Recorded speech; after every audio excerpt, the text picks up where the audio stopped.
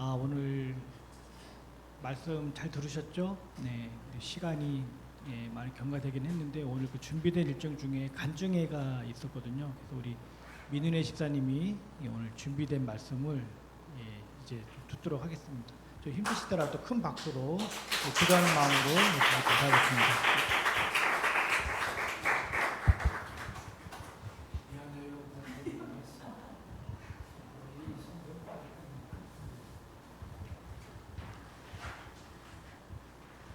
안녕하세요. 저는 하나님이 밀어주셔서 여기까지 오게 된 민은혜입니다. 저는 사랑숨결교회에 와서 결혼하고 아이 낳고 키우다가 무트로 나온 지 이제 한 4, 5년 되었습니다. 그래서 생각해보니 내가 간증할 것이 무엇이 있나 생각을 해보니까 궁리를 해보다 보니 청소년 교회하고 어린이교회에 조금 섬긴 적이 있던 거 빼고는 그다지 교회와의 추억은 많이 없는 것 같아서 제가 어떤 삶을 살았는지 좀 돌아보게 되었는데 좀 지루하실 것 같아서 PPT를 중간중간 띄우고 저는 정해진 글을 읽도록 하겠습니다. 네, 한 장 넘겨주세요. 네, 눌러주세요. 네, 한 번 더 눌러주세요. 네, 저 옆에는 제가 처음 태어나서 찍은 첫 사진이고 옆에는 저희 가족 사진입니다. 저는 각자의 가정에서 믿음의 1세대인 부모님의 첫째로 태어나 아버지가 성경을 보시고 기도하며 은혜라는 이름을 지어주셨습니다. 동생은 지혜라는 이름을 지어주셨는데 공교롭게도 그 이름은 그 당시의 교회 내에서 유행하던 이름이었어요. 김은혜, 한은혜, 박은혜 등 제가 기억하는 어린 시절 교회에서 자매를 낳으면 은혜와 지혜가 되었습니다. 간증을 준비하다가 예전에 제가 드렸던 기도와 사건들이 여기 있다며 소리치듯 제 기억 위로 떠올랐는데 한 장 넘겨주세요. 제가 초등학교 당시에는 국민학교였는데 입학해보니 김씨들이 참 많았어요. 김씨가 아닌 민씨인 나는 어린 마음에 김씨와 결혼해야지 생각했는데 지금은 김씨들에 둘러싸여 살고 있습니다. 이런 사소한 이야기까지 하나님은 기억하고 계셨다는 걸 이번에 깨닫고 혼자 웃기다고 생각했습니다. 저희 부모님은 주일이 되면 저희에게 헌금을 준비해 주시고 정장을 하고 감사한 일이 있어도 없어도 늘 범사에 감사하다는 문구를 넣어 감사 헌금과 11조를 하셨습니다. 각자의 삶의 한계들은 분명했지만 하나님을 믿고 따르려는 마음 역시 분명했어요. 부모님은 새벽마다 새벽 기도를 다녀오셨고 수요일, 금요일에도 교회 예배에 참여하시는 분들이었습니다. 부모님의 모습을 보며 자란 저는 당연히 나는 그리스도인이라 생각하며 살았습니다. 중학생이던 어느 여름 제가 다니던 작은 교회에서는 관음사로 향하는 길에 목사님이 발견하신 기도회 처소가 있어 거기서 여름 수련회나 월말에 기도회를 가지곤 했는데 그 기도회 굴에서 저는 나를 위해 아들을 내어주신 하나님을 만났습니다. 네, 한 장 넘겨주세요. 대학생이 되어 과 오빠의 어느 동아리를 갈 거냐는 질문에 너무나도 당연하게 CCCO라고 답했습니다. 내가 아는 유일한 기독교 학생 동아리를 들어야겠다고 생각했기 때문입니다. 그러나 한 학기가 지나고 보니 저랑은 맞지 않았고 그러던 차에 이름도 처음 들어보는 IBEF라는 학생 선교단체의 개척 멤버가 되었습니다. IBEF를 하며 매일 아침 모여서 기도했던 아침 기도회 소그룹 모임, 목요일 큰 모임, 방학마다 비행기 타고 떠났던 1, 2주의 수련회와 훈련은 저를 이전과 다른 차원의 그리스도인이 되게 했습니다. 성경 공부와 큐티, 귀납적 성경 연구, 우정 전도, 나 아닌 누군가를 위해 품는 마음과 사랑들을 배우며 개인 기도의 시간이 필요하다고 마음먹은 때가 있었습니다. 당시에는 동생과 같은 방을 쓰고 할머니, 할아버지가 같이 살고 계셔서 제가 혼자 기도드릴 수 있는 골방은 없어서 마음이 답답하고 기도하고 싶을 때마다 저는 PC방을 찾았습니다. PC방에는 담배 연기가 자욱하고 게임하는 소리들로 가득 찼지만 한글을 사용할 수 있었거든요. 그 당시에 저희 집에 컴퓨터가 없었어요. 저는 한글 문서로 하나님께 드리는 기도를 드리고 눈물을 지으며 집으로 돌아오곤 했습니다. 기도의 갈증은 계속되었고 저는 새벽에 일어나 기도 시간을 따로 떼어 놓아야겠다고 생각해서 10시 반에 잠들고 4시 반에 일어나 홀로 기도하거나 집 근처의 교회에 가서 기도하고 학교의 아침 기도 모임에 나서곤 했습니다. 이런 일들은 끊임없이 저와 우리를 성장하도록 자극시켜준 울산대 선배들의 사랑의 결과였습니다. 그 선배들이 만나는 하나님이 너무 생생하고 대단해서 나도 그 하나님과 교제하고 누리고 싶은 마음이 컸습니다. 그러다가 사범대생인 저는 4학년이 되어 임용을 볼 때가 되었어요.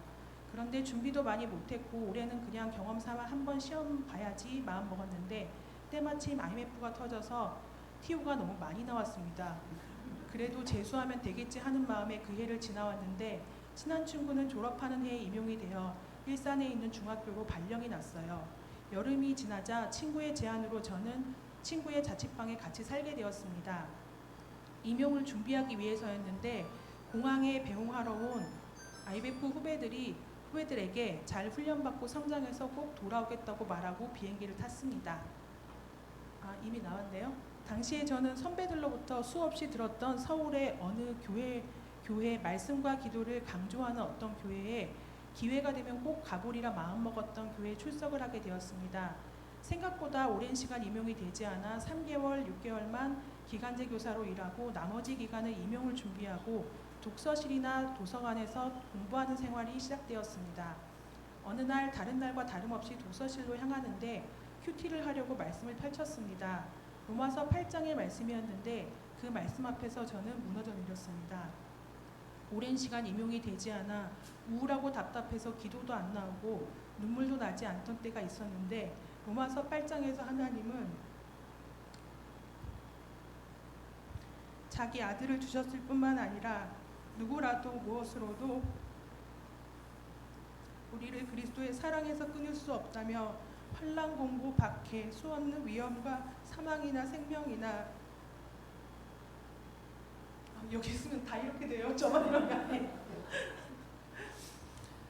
권세자들이나 현재일이나 장래일이나 능력이나 높음이나 기품이나 다른 어떤 피조물이라도 우리를 하나님의 사랑에서 끊을 수 없다는 것을 확인시켜 주시고 감사하는 마음을 주셨습니다. 그 말씀이 너무 든든해서 불확실한 미래도 내가 일을 해야 생활할 수 있는 고단함도 아무것도 염려가 되지 않았습니다. 서울에서 교회를 가는 날은 언제나 설레고 즐거웠습니다. 종로 한복판에 서울 중심가에 위치한 그 교회는 세종문화회관과 광화문을 걸어서 갈 수 있고 근처에는 신문사들과 교보문고도 있어서 지하철을 타고 오는 30여 분이 짧게 느껴졌습니다. 제가 그 교회에 처음 갔을 때는 추수감사주일이었는데 청년부 엘더 언니가 드리는 대표 기도를 듣고 너무 놀랍고 울림이 커서 이 교회는 정말 다르구나 하는 생각이 들었습니다. 얼마 후 새가족반 시절에 리더 언니 둘이 하는 이야기를 들었는데 교회에 온 지 얼마 되지 않은 지체에게 복음을 소개해 주려 한다며 너는 그동안 기도해 달라고 둘이 같이 기도하는 것이었습니다. 그 교회에 다니는 13년 동안 날마다 수련회를 하듯 말씀의 은혜가 충만했고 삶은 늘 불확실하고 궁핍했습니다. 그래서 더욱 하나님을 찾고 매달렸던 것 같습니다. 사역자도 아닌데 청년부 모임과 교회 예배를 참석하는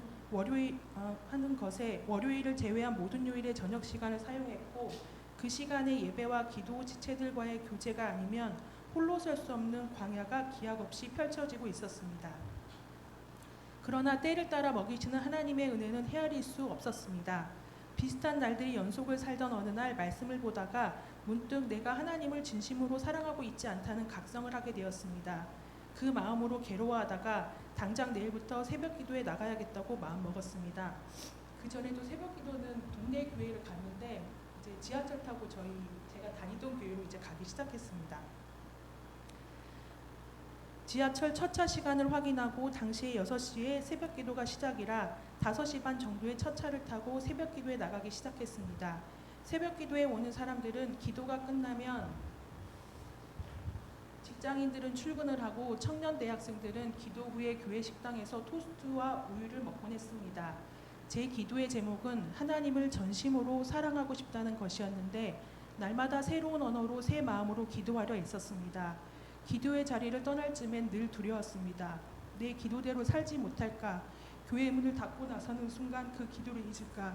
그래서 그 다음 날에는 내 기도 시간에 하나님을 뵈면 너무 부끄러울까 싶어 한마디 한마디 진심을 담아 천천히 기도드렸습니다. 그 전에 저는 어떤 하나님을 믿고 있었던 걸까요? 하나님은 내게 이렇게까지 세심하시고 관심이 많은 분이셨던가? 날마다 의문을 가지고 어떤 일을 하실까 설렘을 가지고 사는 나날이었습니다.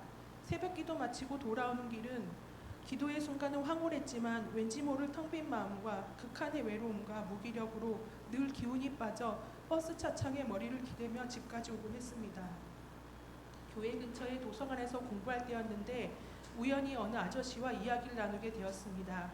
건대 히브리어 학과를 다니신다는 분이었는데 하나님은 영적인 간음을 가장 혐오하신다며 그러지 않도록 조심해야 한다고 하셨습니다. 스치는 아저씨의 이야기일 수 있지만 저는 그 말을 흘려버리지 않고 내 눈과 귀를 열면 하나님은 세상 모든 것으로도 말씀하실 수 있다고 믿었습니다.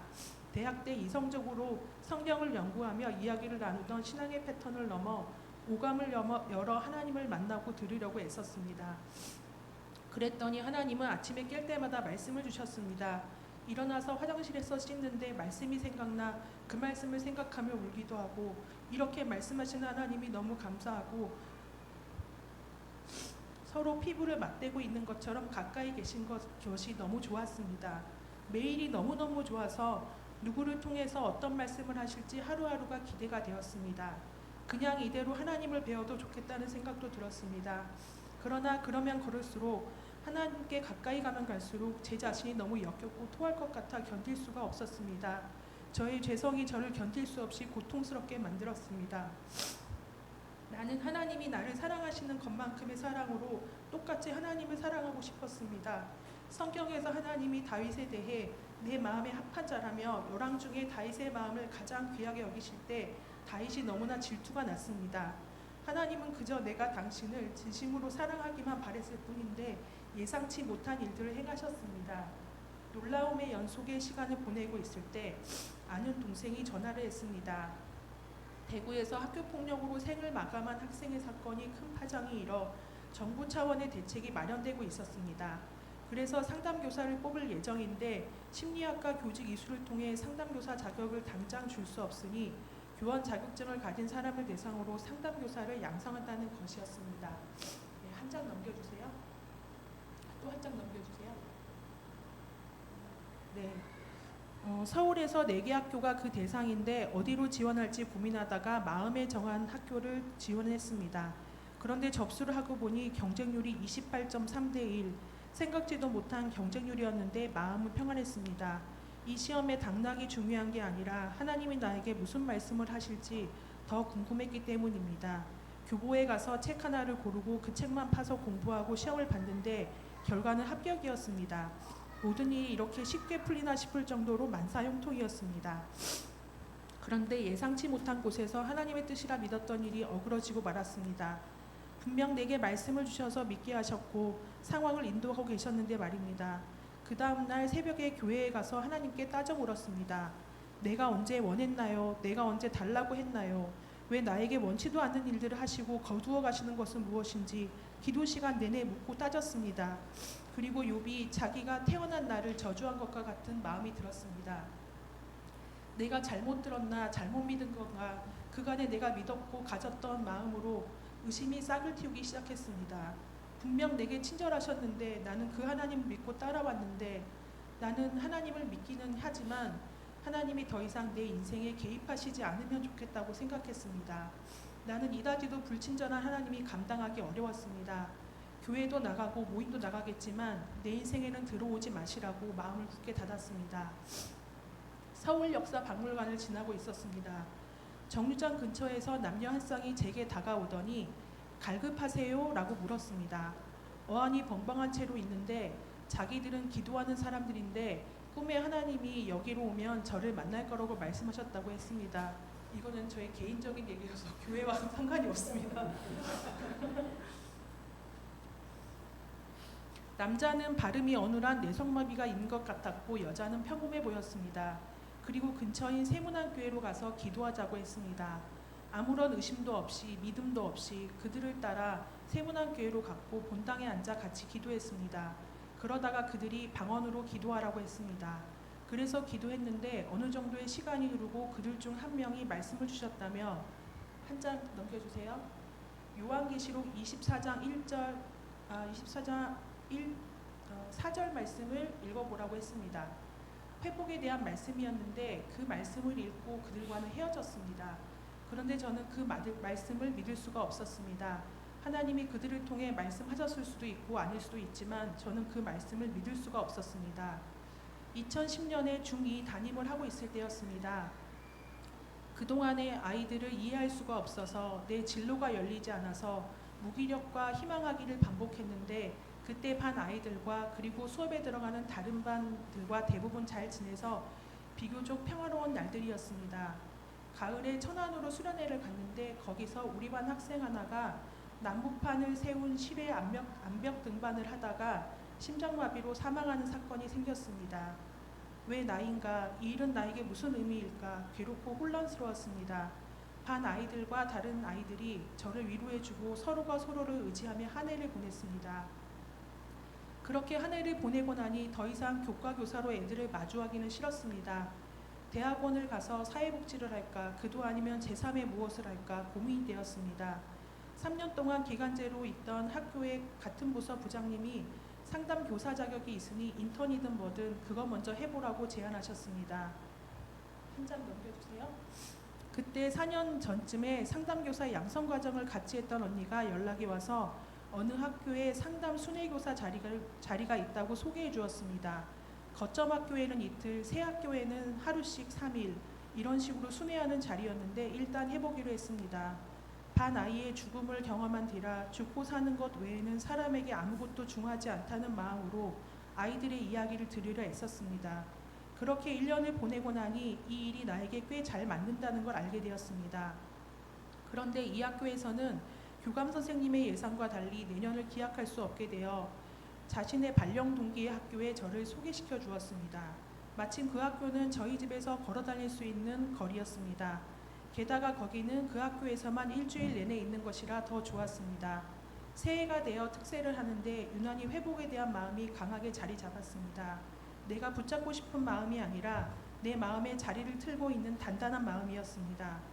교감 선생님이 소개해 주신 학교로 출근하며 부서의 부장님과 개원이 나를 포함하여 딱 둘인데 상담실이 마련되지 않아 그 옆에 있는 빈 교실을 상담실로 쓰라고 하셨습니다. 학폭 사건이 뉴스를 타고 가속화되던 때라 담임교사들은 본인이 무엇을 하기 전에 상담교사에게 상담을 미루는 일이 많았습니다. 하얀차리에 지쳐갈 때쯤 이제는 내 진로가 무엇이 되든 제주로 가겠다는 마음이 생겼습니다. 한 장 넘겨주세요. 나에게 상담기간제를 제안했던 언니가 이번에 특시가 있을 거라며 임용을 준비하자고 같이 노량진 학원에 주말반을 다니자고 했습니다. 아무런 계산 없이 그러자고 알았다고 하고 부장님께는 밀려드는 상담이 너무 많아 힘들다. 그리고 임용도 보려고 한다고 말씀드리고 그만두고 싶다고 했습니다. 부장님은 사람 일이 어떻게 될지 모르니 월급이나 받고 공부하자며 앞으로 오는 상담은 자기가 다 막아줄 테니 일단 공부하고 시험 보고 나서 말하자고 했습니다. 그래서 저는 도시락을 싸고 다니며 출근하면 부장님이 너는 상담실에 가서 공부해 라고 하셔서 상담실 아닌 상담실에 가서 하루 종일 공부하다가 점심 되면 부장님과 점심을 먹고 다시 공부하고 퇴근하는 삶을 살기 시작했습니다. 주말에는 노량진 문제풀이반에 가서 공부를 했는데 너무 오랜만이기도 하고 모르는 내용도 많았습니다. 주일에도 예배를 드린 후에 학원을 가는 일정이라 월화수목금금금이었습니다. 나온다던 시험 공부가 나지 않아 분명 시험은 있는데 왜 안 나오는지 학원가에서 소문이 돌고 있었습니다. 5월에는 공고가 난다고 그래야 9월에 발령이 난다고 했습니다. 예상보다 공고가 늦어져서 응시생 전원이 1차 시험이 면제가 되었습니다. 2차 시험을 보는데 예상한 문제들이 나왔고 결국 전국 250명을 뽑는 시험에 3명 뽑는 제주도에 응시하게 되었습니다. 한 장 거둬주세요. 네. 2차와 구술 면접 모두 보고 결과는 합격이었습니다. 드디어 집에 갈 수 있게 되었습니다. 2012년 9월 발령이라 제주에는 합격 발표가 나고 8월 중순 이후에 온 것 같고 하나 넘겨주세요. 학교 간판에 교회표와 같은 사랑과 믿음이 충만한 어느 중학교에 가게 되었습니다. 또 한 장 넘겨주세요. 하나, 그때 사랑하는 교회, 지금의 사랑숨결교회로 출석하게 되었습니다. 이제부터가 제가 하려는 얘기의 시작입니다. 한 달여를 지났을까 10월이 되었을 때 신규교사 연수가 있었습니다. 장소는 천안, 우리 반 아이가 사망한 그곳이었습니다. 마냥 웃을 수만은 없는 저는 하나님이 나를 여기로 인도해 주신 과정을 생각해 볼 수밖에 없었습니다. 여기까지 오게 된 과정이 하나님의 부르심인 것을 온몸으로 확인하게 된 순간이었습니다. 그 후로부터 13년 지난 2015년의 저를 생각해 봅니다. 예, 눌러주세요. 2015년 10월 교회에서 결혼하고 싶어서 셀프로 이것저것 알아보고 준비하느라 결혼식 전날까지 너무 바빴습니다. 신랑을 만나게 되고 결혼하게 된 과정이 하나님의 인도임을 기억합니다. 하나 더 눌러주세요. 이거는 제가 결혼하는 그 날에 새벽기도 와서 그 새벽에 찍은 새벽의 사진이에요. 이 결혼의 생활을 위해서 기도를 했는데 사실 저는 그게 전부인 줄 알았는데 이제부터 시작되는 것이었어요.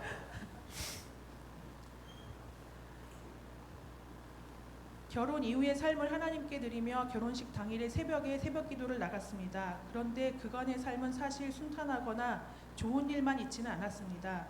믿음이 떨어져 내가 아이를 키우는 것 외엔 아무것도 의미 있는 일을 안 하는 것 같은 때도 있었고 교육청에 발령이 나서 2년 내내 분노에 휩싸여 지냈던 때도 있었습니다.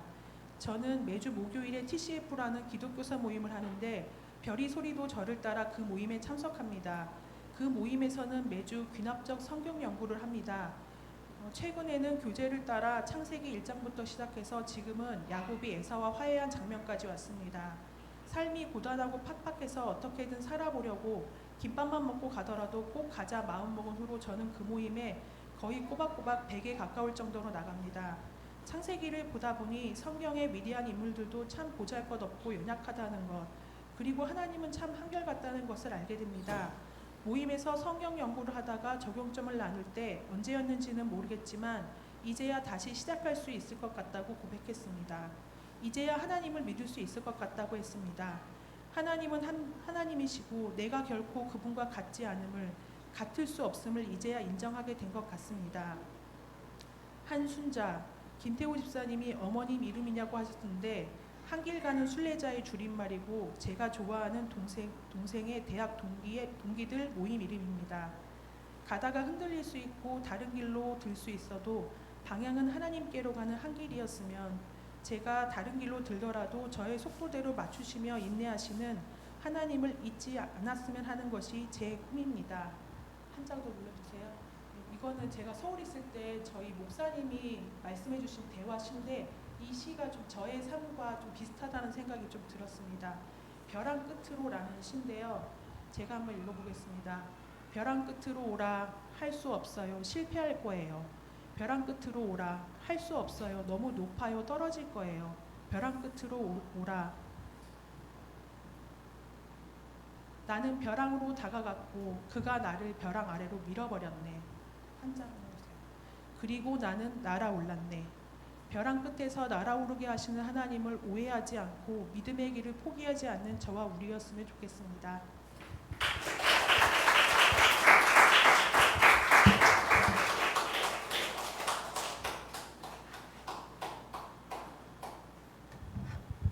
네, 감사합니다.